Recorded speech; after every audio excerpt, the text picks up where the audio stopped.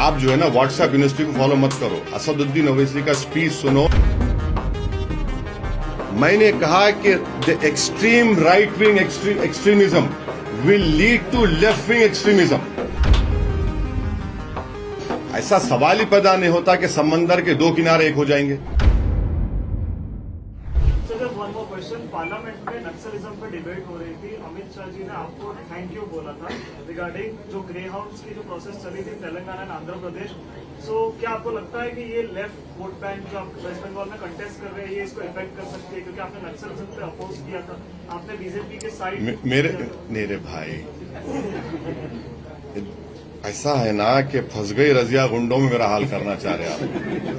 मेरी स्पीच को सुनो आप मेरी स्पीच को नहीं सुने, इसका मतलब आप जो है ना व्हाट्सएप यूनिवर्सिटी को फॉलो मत करो। असदुद्दीन ओवैसी का स्पीच सुनो। मैंने कहा कि ये जो गवर्नमेंट क्लेम कर रही है कि नक्सलिज्म खत्म हो गया, मैंने 1978 की बात की थी।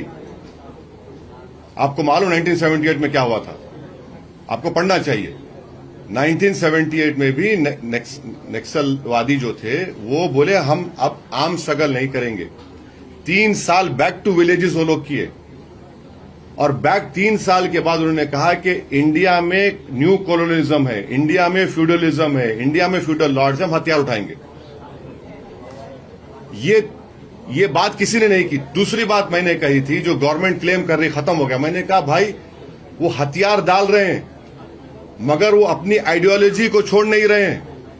हथियार डाल रहे हैं, आइडियोलॉजी को नहीं छोड़ रहे हैं।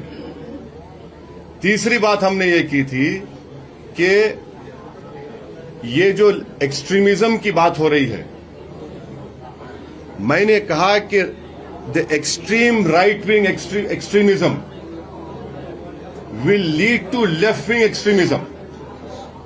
अब इसमें बोलो, अब इसमें स्पीच आप सुनते तो ऐसा सवाल नहीं करते। मेरे भाई आप सुन लिया करो, मैं बैठा हूं कि भागने वाला नहीं हूं। ऐसा सवाल ही पैदा नहीं होता कि समंदर के दो किनारे एक हो जाएंगे। और राइट विंग एक्सट्रीमिज्म की मैंने बात की, मैंने आसाम के चीफ मिनिस्टर का हवाला दिया अपनी स्पीच में। तो आपको सुन के समझ के पूछना चाहिए, अच्छा रहता, मजा आता उसमें।